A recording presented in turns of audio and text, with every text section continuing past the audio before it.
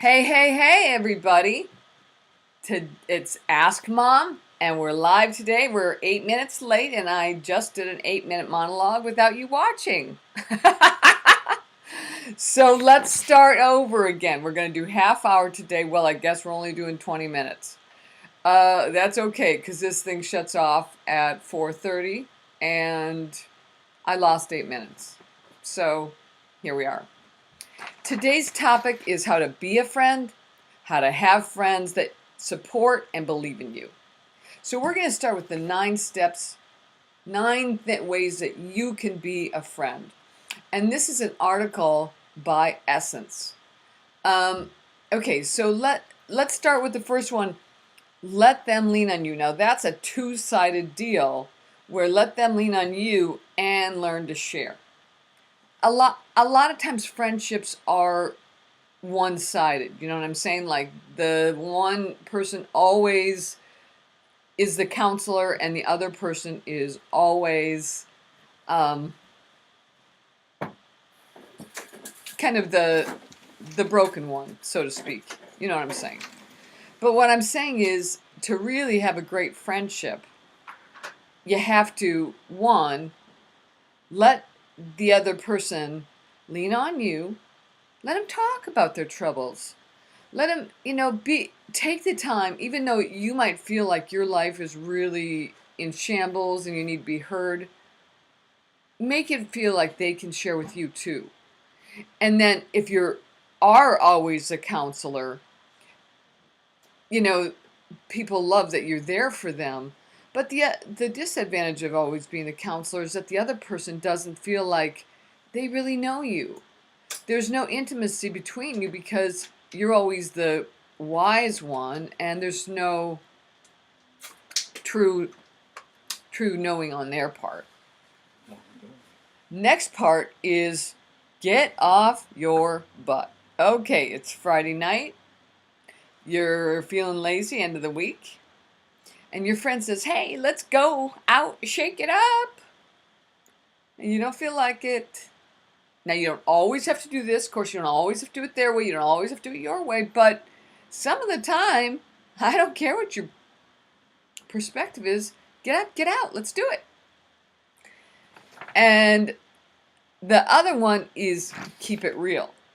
Now, you know what that means. That means if you're in the dressing room at Macy's and she says, does this dress make me look fat? You don't want to say, in the dressing room at Macy's, it sure does. Oh, but if you're in now when I say dressing room, I mean that hallway where everybody's looking at the mirror and all the other women can hear you. But if you're in the little cubby, or if you have an opportunity outside before she pays for it, you could say something like this. I didn't think that was the most flattering. See how that's a nice way of saying that dress doesn't look good on you without saying, I thought you looked fat. Because most of us, as much as we'd like to say, oh yeah, I can handle the truth, don't want to hear that hard, cold truth, that hard and cold. Lend her a hand. Is she moving? Does she just have to organize something? I have a friend who just can't do billings for her business. And it's not that much. She has like one a week or something. But for her to do it, it's emotionally traumatic. So I'm going to help her. And that's just the way it is. Let loose. So even if you can't always go out and spend money and go to the club or dancing or something like that, you can always make life fun together. Let loose. You know what's fun now that we have all this music available to us? We don't even have to buy it. You can go on Pandora, you can go on Spotify, you can, YouTube, and make a playlist and shake it up. That is fun.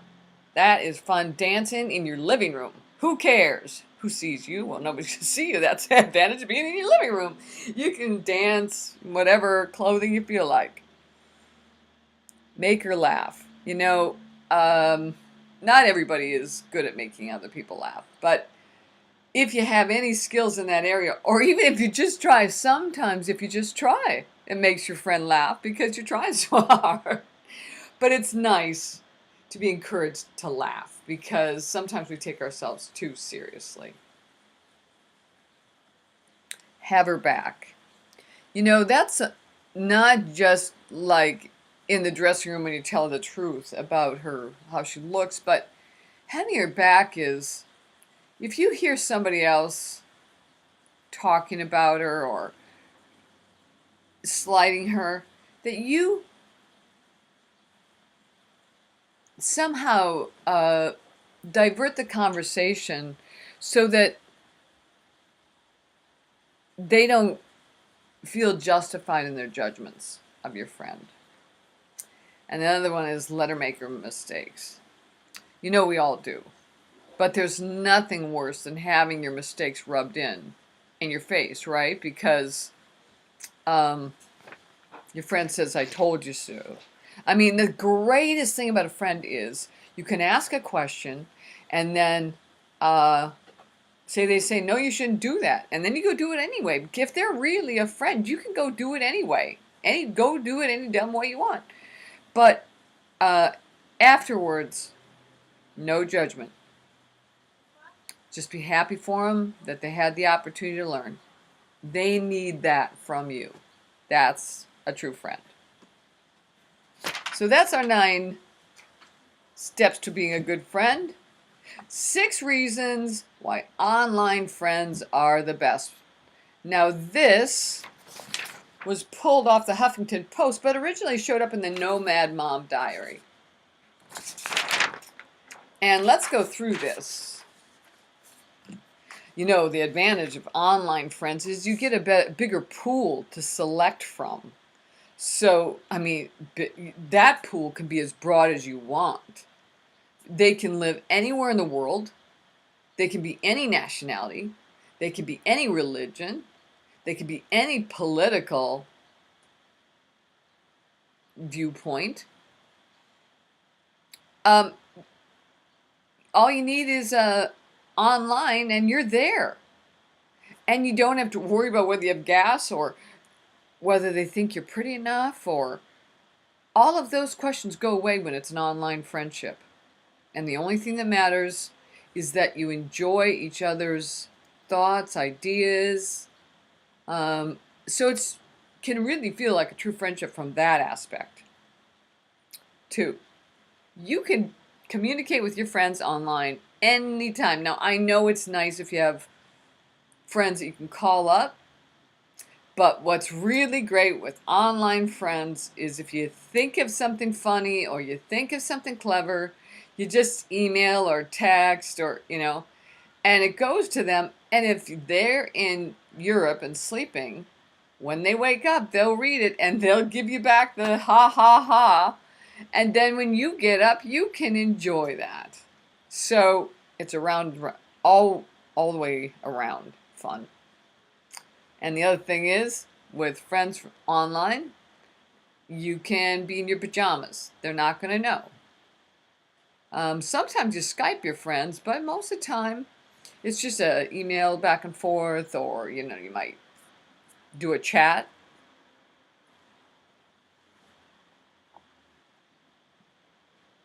The other advantage is that since they are online, you don't have to hang out with them if you don't want to. If you're having a bad day, you just don't answer the email. If you have a friend and they drop by or they call, you might feel like you have to pick up the phone. But if you don't want to, with an online friend, you don't have to. And that can be a real plus. And you can tell them anything. Because you know what? They're never going to talk to the neighbor. They don't know who your family is. They don't know anything about you as far as like your address and how to get there. And they may be across the world, so they wouldn't anyway. So you can really feel much freer. And her line here, I like this. Cheaper than a therapist. So what if you did tell, your friend something that was, oh, I'm just having a terrible time in my marriage. You could tell them that, and it wouldn't be the end of the world. Where if you told your friend that, she might think, oh my gosh, now you're going to get a divorce. What's going to happen? You know, and worse is if you had to tell your mom. And you know what? You find out that hearts are bigger than the world, than just the neighborhood. So that it's, like I said, they can be anywhere in the world. And that opens you up to find out that people who are caring and loving and are everywhere does something for our humanity. And I think that's encouraging. Okay, I'm going to say this last one because it's a doozy for the end. No, let me do it now because remember I told you we're going off at 4:30 today and I lost 8 minutes. This is from espressoandcream.com, and it's about a woman who had a miscarriage. Actually, she had 2 of them. So I'm going to share with you some of the things, advice that she gave to people. If you're supporting a friend through a crisis, some of the advice she gave. I'll try to make it more generic than just a miscarriage, but it chokes me up, so that's why I told you, FYI.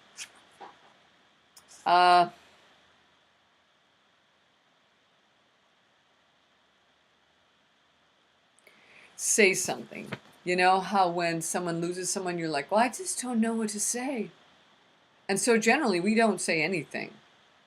She's saying, even if you don't know what to say, oh, I just don't know what to say. At least you're saying something. At least you're saying, hey, I get you. Humanity, let's trade it. Which is really important. Provide hope. You know, now that's more for people who have had a difficult, so say she had a miscarriage. So other people who have also had miscarriages certainly would be the most easy to relate to. But if you've had any kind of major crisis in your life, you might be able to say, hey, I don't know what your crisis is, and I can't pretend to know your personal pain, but I can tell you that I had a crisis, and I'm here to tell you they end. And that's what she needed to hear. Hope. Provide hope. It's not always going to be like this. Bring flowers. Have you ever tried to be mad at a flower? Angry? Sad? Depressed? It's really hard with flowers. Not only that, she said, you know, that so many people brought flowers. The house was filled with flowers. It felt like a floral shop, and that smells good, and it feels like life. And if what you are going through is a loss of life, flowers are a wonderful thing that will make you smile. Insert yourself just a little bit. You know, you think, oh, well, I don't want to go over there and intrude. They're going through so much right now. You know what? You don't have to go and stay for 3 hours, but you could just drop by a pie, a little dinner. Just stop in for 10 minutes and say, hey, I just wanted to drop this off for you because I was thinking of you. Can you imagine?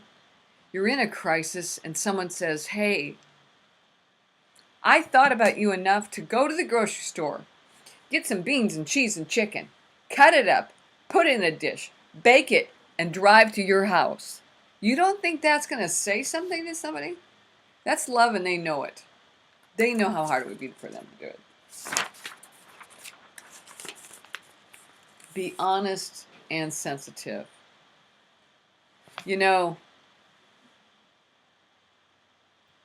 the person, one of the things she felt really a lot of was loneliness and feeling left out. And so she has 2 sister-in-laws who are also pregnant. Can you imagine what agony? Because, you know, they are going to continue with their births, and she's not. But they didn't in any way rub it in. Instead, they said, this sucks. This is unfair. We hate this for you. We hate that we're going on and you're not. And that made her feel less lonely. And that's good. Bring a gift card. You know, that's a great idea. So what she said is you get so tunnel vision. She got tunnel vision around her pain. And then a friend brought by a gift card to Cheesecake Factory. So her and her husband made a date for the weekend. And now they have something to look forward to. Can you imagine the minutes? I mean, she was begging for hope. If you have minutes where you know you can look forward to something 2 or 3 days away, how encouraging is that, right? Do normal things together. I mean, you have to anyway. Don't stop going to the grocery store. Don't stop having friends over if you can help it. You need to breathe and live as much as possible.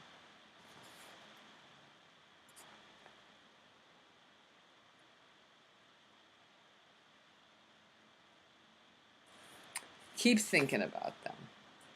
So a lot of people are active around someone's loss the first, 3 days or week even. But what about a month down the road? 3 weeks down the road, right? Does anybody call you up and say, hey, I know you lost, well, you really went through something there. Is it getting easier for you, or do you need a shoulder? And being there just like you would have, and just like we talked about up till now, but 3 weeks after, and a month after, and 3 months after, instead of just when it's really raw, is really beneficial. And remember, everyone's different. Not everybody is going to want to talk about what's going on with them.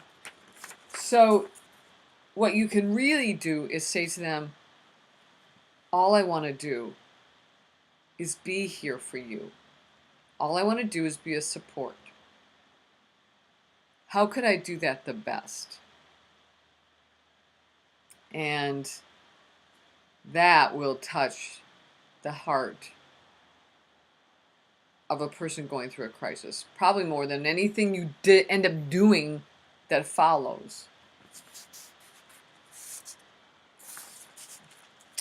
Well, wow, after that one, it seems a little silly to go to this next topic, but I'm going to do it because I have 4 minutes left, and I want to share one more thing about friends. This talks about whether men and women can be friends. And this woman named April Rechik, she's an associate professor of psychology at the University of Wisconsin, and this was printed in the Huntington News. And she says that men and women can be friends, but women deceive the men about their lack of attraction because they don't want to ruin the friendship. And men deceive women about how attracted they really are because they don't want to ruin the friendship. So men will be more attracted and say they're less, and women will be less attracted and say they're more. And,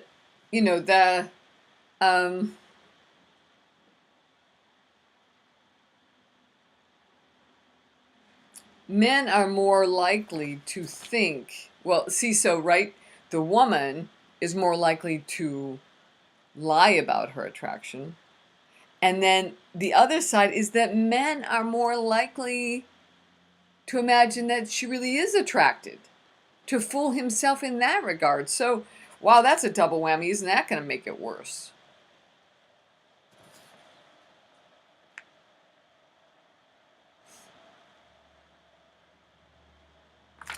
Oh, she goes on to say later that girls like having guy friends as friends, but guys are more likely to see it in a hopefully sexual or a sexual way, which is consistent with everything else we've talked about. So in partnerships, the male is usually more attracted to the female. And you know what, that is consistent with things I've read. Because women don't see men through physical attraction as much as they do, is he a good caretaker, is he a good provider? And men look at women like, oh, she's hot, that's all I need. Men like women who are more attractive than themselves. Women don't really care.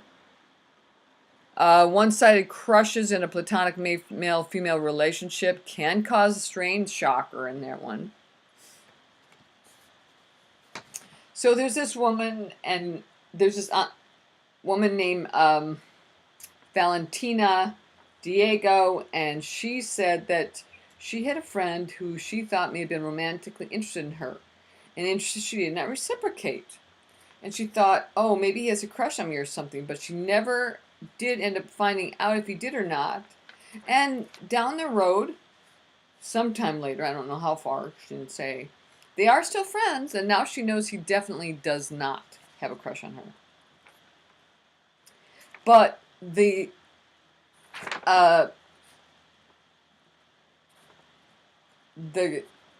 April Blesick recheck, I don't know why I can't figure out the name for someone who's doing research. The researcher said that cross-sex friendships, the advantage of them are that they can talk about anything except for how they feel about each other.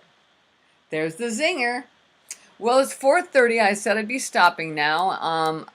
I don't see any questions in my live comment box. So let's go one more time to the email. Now remember, if you want to ask a question, oh, I didn't tell you how to do that. Well, that really fails miserably. Sorry about that. I will be back tomorrow from 4 to 4:30. If you want to send me a question or comment, you can send comments during the show in the comments section. And you can also send an email to askmomlive@gmail.com anytime you want, and I will address it during the show. I don't know what tomorrow's topic will be, but do stop in and let's find out. It could be so fun together. Thanks again. This is Ask Mom at Ask Mom Live saying please stay tuned for tomorrow's live adventure. Have a great day.